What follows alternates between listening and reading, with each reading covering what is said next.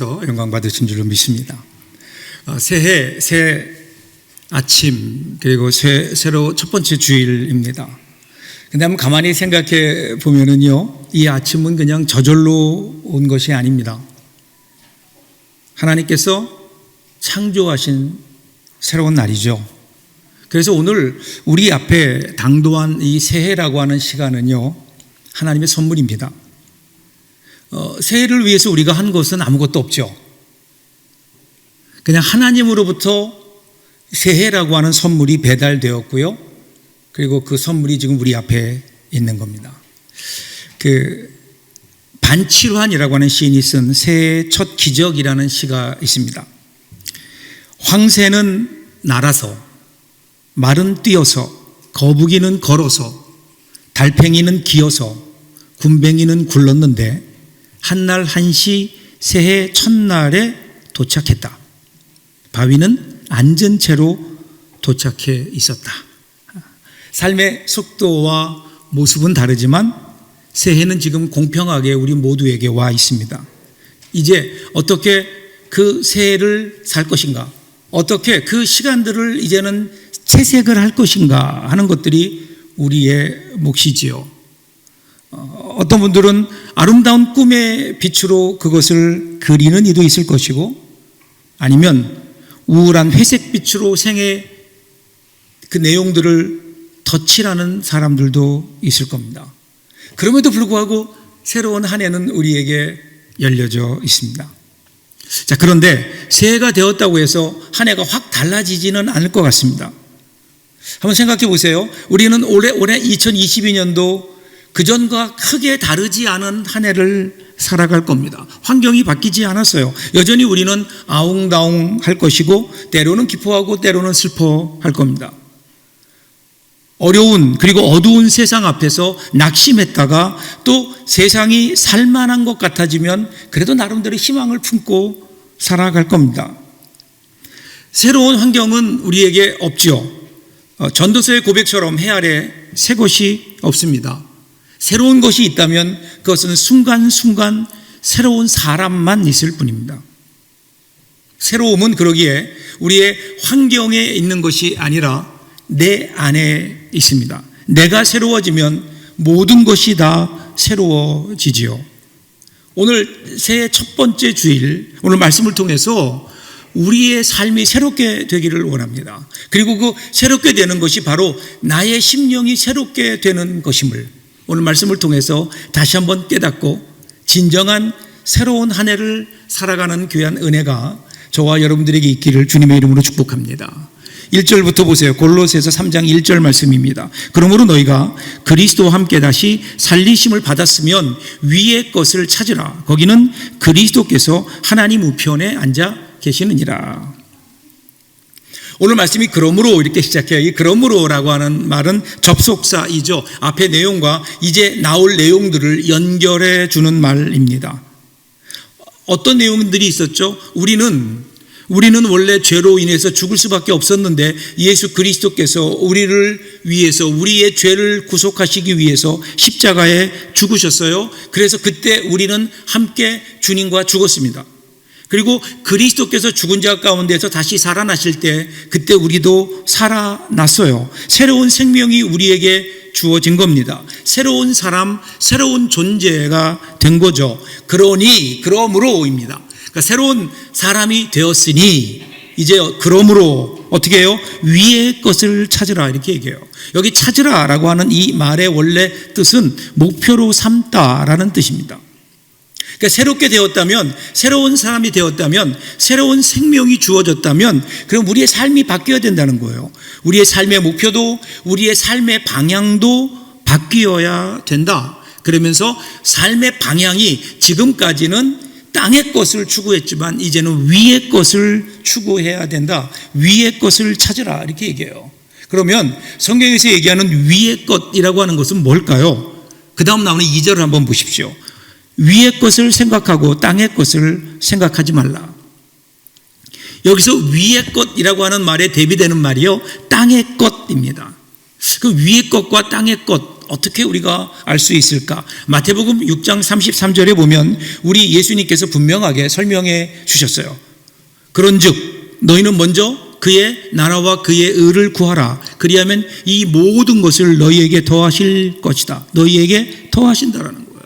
그러니까 여러분, 땅의 것이 뭘까요? 땅의 것이 바로 이 모든 것이 뭐죠? 너 무엇을 먹을까? 무엇을 마실까? 무엇을 입을까?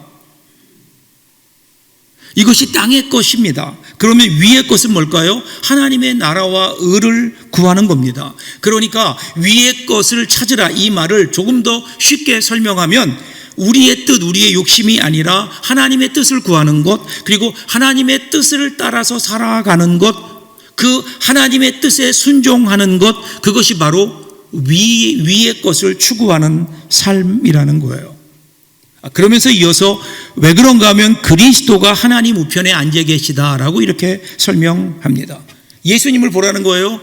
예수님 무엇을 봐? 예수님의 삶이 그랬잖아요. 여러분, 예수님의 삶이 이 땅에 오실 때부터 하나님의 뜻에 따라 오셨고, 하나님의 뜻에 따라 십자가에 죽으셨고, 하나님의 뜻에 따라 부활하셨고, 그리고 하나님의 뜻에 따라 하나님 우편에 지금 앉아 계신다는 거예요. 그 예수님을 상기시키면서, 그러니 너희들도 예수님께서 사셨던 것처럼 하나님의 뜻을 따라 살아야 하지 않겠느냐. 그러면서 그 길의 결과, 그 길의 끝이 뭐라고요? 하나님의 보좌 우편이라는 거예요. 하나님의 보좌 우편이다. 그러므로 위의 것을 찾아라. 사람에게는요, 두 개의 방향만이 있습니다. 하나님을 향한 방향, 위로 가는, 위를 바라보는 위의 것입니다. 또 하나는 하나님을 등진 방향, 땅의 방향입니다. 여러분, 죽은 물고기는 아무리 크더라도 물이 흐르는 대로 떠내려갑니다.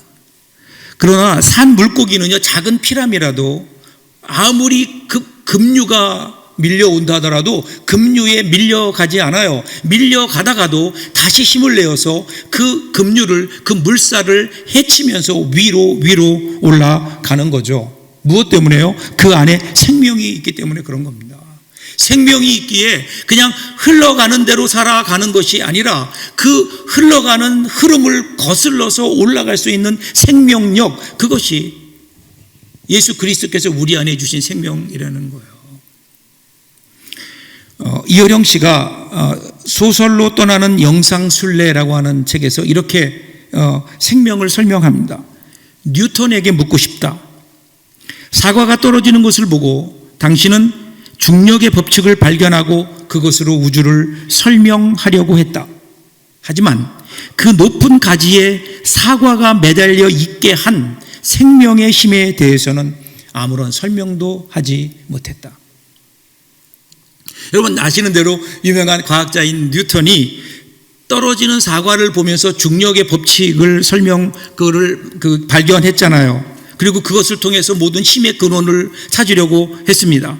그런데 그 뉴턴이 사과를 붙게 만든, 가지에 붙어 있게 만든 생명의 힘에 대해서는 설명하지 못했다는 거예요.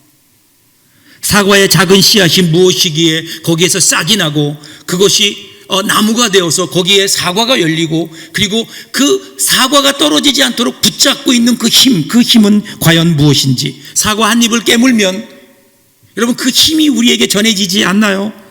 한 입을 깨물면 새콤달콤한 사과의 맛이 우리에게 힘이 되고 우리의 삶을 다시 한번 새롭게 하는 그 힘은 과연 어디에 있는지. 여러분 사과뿐 아니라 모든 만물에 숨어있는 이 생명력, 그 힘은 그 어떤 것으로도 설명할 수 없잖아요. 생명을 주시는 기적은 오직 하나님께만 속해 있기 때문에. 사랑하는 여러분, 하나님께서 우리 안에 예수 그리스도께서 십자가에 죽어주심으로 다시 부활하심으로 우리 안에 이 생명을 불어 넣으셨어요. 그래서 우리는 새로운 존재가 된 겁니다. 그래서 하나님 우리에게 원하시는 게 뭘까요? 제발 세상이 흘러가는 대로 세상의 흐름에 따라서 흘러가지 말고 이제는 살아있는 자처럼 하나님이 주시는 그 목표를 향해서 하나님의 뜻을 따라서 세상의 흐름을 거스르며 위로 올라가라고, 헤엄쳐 올라가라고. 오늘 하나님은 우리에게 그렇게 말씀해 주고 있는 것 아닐까요? 저는 올해 한 해 동안 여러분의 삶이 세상 속에 흘러가는 삶이 아니라 세상의 흐름을 거슬러 올라가서 위로 하나님의 뜻을 이루며 살아가는 복된 한 해가 될 수 있기를 주님의 이름으로 축복합니다. 이 힘, 여러분 기억하세요. 우리는 그리스도와 함께 죽었습니다. 그리스도와 함께 살리심을 받았어요. 그래서 우리에는 생명이 주어졌다고요. 그래서 위를 바라보며 위의 것을 추구하며 살아야 되는 우리들인데, 그런데 우리의 삶을 보세요. 우리의 삶의 실제는 어떤가요? 위의 것을 보기보다는 여전히 땅의 것에 매여 있는 것 아닌가? 왜 그럴까요? 우리가 새 생명 가운데 살고 있지만 아직도 우리의 생명이 완성되지 않았기 때문에 그런 겁니다. 아니, 완성되기는 했는데, 완성되었지만 이 땅에 아직 드러나지 않았기 때문에. 그래서 이어지는 3절을 보세요. 이는 너희가 죽었고 너희 생명이 그리스도와 함께 하나님 안에 감추어졌습니다. 그 생명이 지금 어떻게 돼 있다고요? 아직 드러나지 않았어요. 하나님 안에 감추어져 있어요. 하나님 안에. 그리스도께서 이 땅에서는 아직은 감추어져 있잖아요. 예수님께서 하나님 안에 감추어 있는 것처럼 오늘 우리도 감추어져 있다는 거예요. 그러니까 사람들이 우리가 누구인지를 몰라요. 사람들이 우리의 참 모습을 몰라요. 아니, 사실은 우리조차도 내가 어떤 존재인지를 모르는 거예요. 내 안에 있는 생명이 어떤 건지, 예수 그리스도께서 십자가에 죽으심으로 내 안에 심어놓으신 그 구원의 생명이 어떤 것인지 우리는 그 귀중함을 사실 다 알지 못하고 살아가는 거 아니에요? 언제까지요? 4절을 보세요. 우리 생명이신 그리스도께서 나타나실 그때에 너희도 그와 함께 영광 중에 나타나시라. 언제라고요? 예수 그리스도께서 이 땅에 다시 오실 때, 영광 중에 다시 오실 때, 이 땅의 역사가 완성되는 그날, 이 땅의 심판주로 영광의 모습으로 우리 가운데 오실 그분 앞에 지금은 감추어져 있지만 그분이 오시면 그때 그 주님의 영광과 함께 우리의 영광도 드러나게 될 거라는 거예요. 우리 안에 있는 생명이 어떤 것인지 그때 가야 비로소 알 수 있다는 거예요. 여러분 생각해 보세요. 주님이 영광 중에 오실 때 우리의 모습이 영광, 그 주님의 영광에 맞춰 영광의 비달에 우리의 모습이 그 모습으로 바뀌는, 우리 안에 심어놓으신 구원이 무엇인지, 그 하나님의 구원의 영광이 어떤 것인지 지금 우리는 알 수 없지만 예수님께서 이 땅에 오실 때에 알 수 있다고요. 얼마나 아름다울까? 그때 우리의 모습이 얼마나 아름다울까? 그때까지는 오늘 우리의 부족한 모습이지만 그 모습 앞에 좌절하지 말고 땅의 것이 아니라 계속해서 위의 것을 추구해라 라는 거예요. 우리의 모습을 기억하라는 거예요. 그때 그 오실 주님 앞에 설 우리의 모습을 기억하면서 오늘 우리가 살고 있는 이 모습이 우리의 모습이 아니기에 그 영광된 모습을 기억하면서 오늘 우리는 바로 그런 사람임을 우리가 스스로 깨달으며 위의 것을 향해 나아가는, 사랑하는 여러분, 비록 우리의 모습이 지금은 별 볼 일 없는 것 같지만, 예수 믿는 것이 뭐 그다지 우리에게 썩 유용한 것 같지 않지만, 그런데 여러분 기억하세요. 우리 주님 오시는 날 그 생명이 어떤 건지, 그것 때문에 우리가 하나님의 보좌 우편에 가게 되는 그 놀라운 그 영광의 통로임을 그때 알 수 있어요. 아직 여러분 우리 인생은 가장 좋은 곳은 오지 않은 겁니다. 그래서 우리 신앙의 선배들인 청교도들이 모일 때마다 그런 기도했죠. 만날 때마다 가장 좋은 것은 아직 오지 않았습니다. 가장 좋은 것은 아직 오지 않았습니다. 오고 있어요. 오늘 여러분 이 믿음을 가지시고요, 올 한 해 시작하면서 그렇게 선포하셨으면 좋겠어요. 내 인생에 가장 좋은 것은 아직 오지 않았다. 함께 우리 고백할까요? 내 인생에서 가장 좋은 것은 아직 오지 않았다. 어쩌면 그게 올해일 수 있지 않을까요? 이 주님의 귀한 인도하심을 기대하며 올 한 해를 시작할 수 있기를 바랍니다. 그래서 그때까지, 그 주님이 오실 그때까지 어떻게 살아야 되나요? 구체적으로 얘기합니다. 5절부터 6절 보세요. 그러므로 땅에 있는 지체를 죽이라. 곧 음란과 부정과 사욕과 악한 정욕과 탐심이니 탐심은 우상 숭배니라. 이것들로 말미암아 하나님의 진노가 임하느니라. 여기 나오는 땅에 있는 지체를 그 죽이라 이렇게 나오죠. 땅에 있는 지체. 9절에 보면 옛사람과 그 행위와 같은 의미입니다. 그러니까 여기서 이 땅에 있는 지체라고 하는 것은 옛사람이에요. 옛사람. 옛사람이 뭘까? 옛사람은 구원받기 이전에 우리의 모습이에요. 구원받기 전에 우리의 모습. 우리는 예수 그리스도를 믿음으로 새로운 존재가 되었잖아요. 그런데 예수 믿고 새로운 존재가 되었음에도 불구하고 여전히 우리 가운데는 옛사람이 남아 있어요. 그래서 여전히 우리에게 영향을 끼쳐요. 그래서 때로는 우리가 하나님의 사람으로 살다가도 어느 순간 보면 옛사람에게 사로잡혀서 그래서 우리가 죄 가운데 살아요. 우리의 손과 발이, 우리의 지체가, 손과 발이, 우리의 눈과 우리의 귀가 죄의 도구로 사용될 때가 얼마나 많은지 몰라요. 왜 그럴까요? 우리 안에 여전히 악한 영향력이 있어요. 우리가 구원받은 하나님의 자녀이지만 여전히 우리 가운데 남아있는 옛사람들. 그래서 우리 마음에 일어나는 악한 생각들이 그 증거예요. 우리 마음속에 일어나는 악한 생각들이 뭐죠? 음란과 부정과 사욕과 악한 정욕과 탐심입니다. 여러분, 그러면서 사도 바울은 이렇게 설명해요. 이런 5가지의 이러한 감정, 죄악들의 밑에 깔려 있는 게 뭐예요? 탐심이에요. 탐심. 욕심이에요. 즉 성에 대한 욕심의 발현이 음란과 악한 정욕이에요. 돈에 대한 탐심이 나타난 것이 부정과 사욕이에요.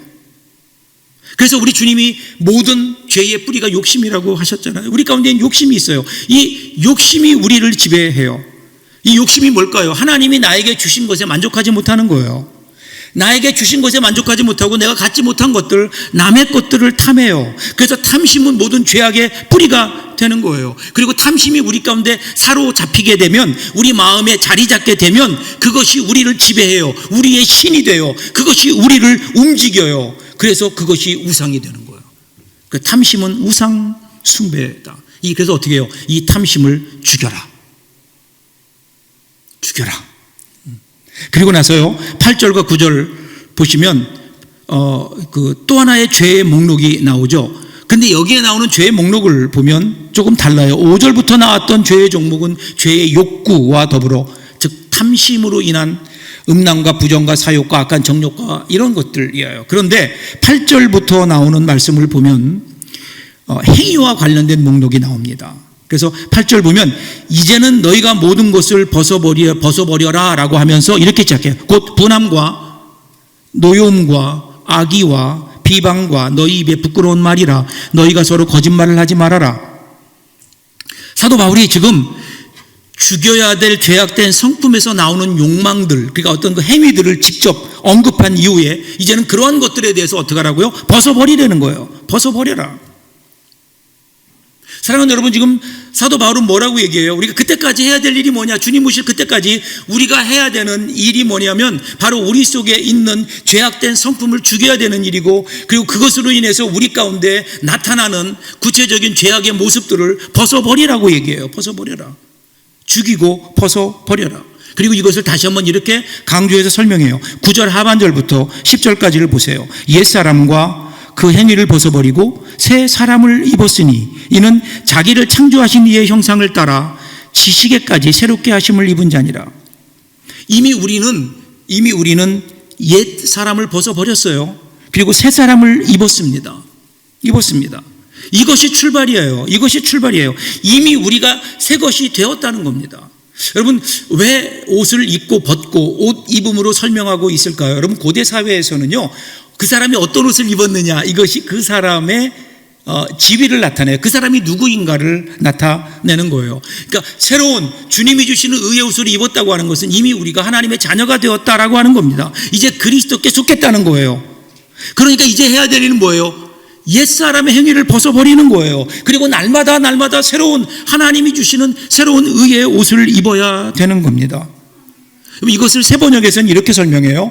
이 사람은 자기를 창조하신 분의 형상을 따라 끊임없이 새로워져서 참 지식에 이르게 됩니다.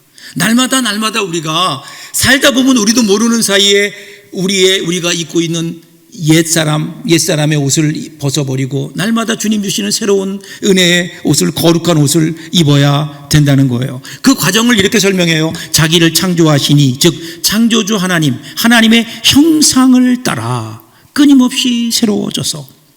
그러니까 여러분, 이렇게 된 새로운 사람의 궁극적인 목적은 뭐냐면요, 창조하신 하나님의 형상, 하나님의 형상을 회복하는 거예요. 여러분, 하나님께서 우리를 처음에 창조하실 때 우리를 하나님의 형상으로 창조하셨어요. 그래서 그때는 이 세상이 아름다웠다고요. 그게 에덴 동산이에요. 에덴 동산이에요. 그런데 인간이 타락하면서 죄악을 지면서 범죄함으로 하나님의 형상을 잃어버리게 되고, 그때부터 에덴이 아니라 지옥이 됐어요. 새 사람을 입었다는 게 뭘까요? 성경은 얘기하기를요, 너희들이 새 사람을 입기를 노력하라가 아니라 이미 새 사람을 입었다는 거예요. 너희들이 옛 것을 버리고 이미 새 사람을 입었다라는 거예요. 그러니까 새롭게 되려고 노력하지 마라. 너희가 새롭게 됨으로 구원에 이르는 것이 아니라 이미 너희는 새롭게 되었다라는 거예요. 하나님께서 이미 우리에게 의의 옷을 입혀 주셨어요. 그 다음에 해야 될 일은 뭐예요? 그러니까 좀 그렇게 살아라라는 거예요. 하나님의 사람답게 살아다오. 하나님의 사람답게 살아다오. 그렇게 될 때 거기에 참 지식에 이르게 된다. 참 지식에 이르게 된다. 여러분, 여기서 왜 참 지식이라는 말이 나올까요? 골로새 교회에는 이 지식이라는 말이요, 그들에게는 큰 의미가 있습니다. 왜냐하면 골로새 교회의 가장 큰 문제는 그 영지주의라고 하는 이단이었어요. 이 영지주의, 영지, 그러니까 영적인 지식, 거룩한 지식, 참 지식. 그래서 이 영지주의는요, 초대교회의 가장 큰 이단이었습니다. 그래서 구원을 얻으려면 그냥은 안 되고 이 참 지식을 깨달아야 된다. 그러니까 어떻게 해요? 우리에게 와서 이 참 지식을 배워야 된다, 이렇게 얘기해요. 이단이에요. 요즘에 여러분 신천지가 그러죠?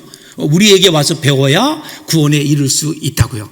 여러분, 이단의 공통적인 모습이 바로 여기에 있는 거. 우리에게 와서 우리의 것을 배워야, 그래야 그 구원에 이를 수 있다, 그러는 거예요. 근데 여러분, 성경에 그런 얘기 어디 있어요? 성경에는요, 우리의 것을 배우는 게 아니에요. 또 어떤 신비한 것을 배우는 게 아니에요. 여러분, 예수 그리스도를 믿음으로 누구나 다 구원에 이르게 되는 거예요. 하나님의 형상 회복된 사람들은 누구나 다 이제 하나님의 참된 지식에 이르게 될 수가 있잖아요. 여러분, 이 영지주의의 가장 큰 그 논리가 뭐냐면요, 세상을 둘로 나눠요. 영적인 것과 육적인 것, 영혼과 육신으로 나눠요. 영혼은 거룩해요. 그런데 육체는 악해요. 그러니까 어떻게 돼요? 죄를 짓지 않으려면 어떻게 될까요? 악한 것을 없애야 되는데 악한 것을 없애기 위해서는 육신을 제어하는 거예요. 금욕주의예요. 육신의 소욕을 제거하는 거예요. 그래야 죄를 짓지 않는다, 그렇게 얘기해요. 그래서 그들이 가장 많이 하는 게 금식이에요. 여러분, 금식해 보셨나요? 금식하는 이유가 뭘까요? 그들은요, 금식을 함으로 그들에게 공급되는, 이 육체에게 공급되는 영양을 끊음으로 육체의 소욕을 끊을 수 있다, 이렇게 생각하는 거예요. 여러분, 우리 교회에서도, 우리 기독교 신앙에서도 금식을 강조해요. 하도 안 하니까 더 이상 강조하지 않지만, 금식이 뭘까? 왜 금식을 할까요? 금식을 할 이유는 간단해요. 금식이라고 하는 것은 음식을 안 먹는 거거든요. 음식을 끊는 거예요. 음식을 끊으면 어떻게 될까요? 내 힘이 없어져요. 내 힘의 근원은, 내 육체의 힘의 근원은 먹는 거에서 영양분이 공급되잖아요. 그것을 끊는 거예요. 그것을 끊으면서 우리는 어떤 고백을 하나요? 나의 힘이 되신 여호와요, 내 힘으로, 더 이상 내 힘으로 살지 않겠다는 거예요. 더 이상 나는 내 힘으로 살아가지 않겠습니다. 나는 철저하게 하나님만 의지하겠습니다. 그래서 우리 인생 가운데 어려운 일이 있을 때, 위기의 순간에 내 힘으로 어찌할 수 없을 그때 우리가 금식하며 하나님 앞에 기도하는 거예요. 금식하는 이유는 뭐라고요? 간단해요. 그것은 내 힘이 아니라 하나님의 힘을 의지하겠습니다. 나의 힘이 되신 여호와여, 내가 주님을 의지합니다. 여러분, 이 고백이 아닐까요? 여러분 한번 생각해 보세요. 행위나 어떤 욕구를 통제하는 것, 그거 나쁘다는 거 아니에요. 그리고 그렇게 하는 것이 아무런 효과가 없다는 것도 아니에요. 문제는 그러므로 해결되지 않는다는 거예요. 아무리 우리가 우리 육신의 소욕을 줄이고 노력하고 우리가 금욕적인 금식을 해도 여전히 우리 가운데는 죄가 있다는 거예요. 죄가 어디에 있어요? 마음의 뿌리 속에 있는 거예요. 죄가 우리 마음의 우리 마음속에 뿌리박고 있어요. 그래서 그 마음의 뿌리에서 시작이 돼요. 마음에서 시작된 죄가 욕구의 가지를 뻗고 악행의, 죄의 구체적인 모습, 악행의 열매를 맺는 거예요. 아무리 우리가 그 열매를 따버리고 가지를 잘라도 여전히 우리 가운데 죄가 계속될 수밖에 없는 이유는 그 뿌리가 살아있기 때문이다. 뿌리가 살아있기 때문이다. 이것이 오늘 우리의 모습인 거예요. 그래서 시편 기자가 특히 다윗이 이렇게 고백하잖아요. 시편 51편 10절을 보세요. 하나님이여 내 속에 정한 마음을 창조하시고 내 안에 정직한 영을 새롭게 하소서. 여러분, 여기서 말하는 정한 마음이라는 것은요, 다윗이 스스로 만들어낼 수 없는 깨끗한 마음, 하늘에 속한 마음인 거예요. 내가 만들어내는 게 아니에요. 내가 갈고 닦아서 만들어내는 정한 마음이 아니에요. 그 마음은 창조되는 거예요. 하나님께서 창조하시는 거예요. 우리의 간절함이 아니에요. 하나님이 우리를 만져주셔야 돼요. 여기서 창조하셨다, 이 말은요, 히브리어의 바라라는 동사인데 이 동사는요, 창세기 1장 1절에 사용된 그 말이에요. 하나님이 태초에 천지를 창조하시니라, 그 창조인 거예요. 왜 그런 줄 아세요? 우리 안에는 없다니까. 우리 안에 선한 게 없다니까요. 우리 안에는 죄의 뿌리로 가득 차 있어요. 우리 마음속에는 그 무엇 하나 선한 게 없어요. 아무리 갈고 닦아고 아무리 뒤집어 봐도 우리 안에 선한 게 없으니 하나님, 내 마음을 하나님께 드립니다. 내 마음을 바꾸어 주십시오. 내 마음을 새롭게 창조해 주십시오. 그래서 하나님, 내 마음속에 정한 마음을 창조해 주십시오. 오늘 여러분, 이것이 우리의 고백이 되어야 되지 않을까요? 우리가 새롭게 되는 것은 바로 여기에 있어요. 오늘도 하나님은요, 우리를 새롭게 하시는 이 창조를 쉬지 않으십니다. 쉬지 않으십니다. 어느 날 한 사냥꾼이 자기 아들과 함께 사냥을 떠났어요. 사냥을 떠났는데 깊은 산속에서 사냥을 하다가 그만 길을 잃어버렸네요. 그런데다가 거기에 또 세차게 불어오는 폭풍우를 만나게 됩니다. 피할 곳을 찾다가 겨우 동굴을 발견하고 동굴 속에 들어가서 이제 쉬게 되고요. 밤새도록 컴컴한 동굴 속에서 비를 피해서 추위와 무서움에 떨어야 됐습니다. 그러다 잠깐 잠이 들었는데 깨보니까 아침이에요. 동굴을 나서는데 아들이 화가 나죠. 사냥에 실패했죠. 밤새도록 그 컴컴한 동굴 속에서 고생만 했어요. 그러니까 투덜거리며 이렇게 아버지에게 얘기했어요. 아버지, 어젯밤에 우리가 동굴 속에서 무서워서 벌벌 떨고 있을 때 그때 하나님은 무엇 하셨을까요? 하나님은 어디에 계셨을까요?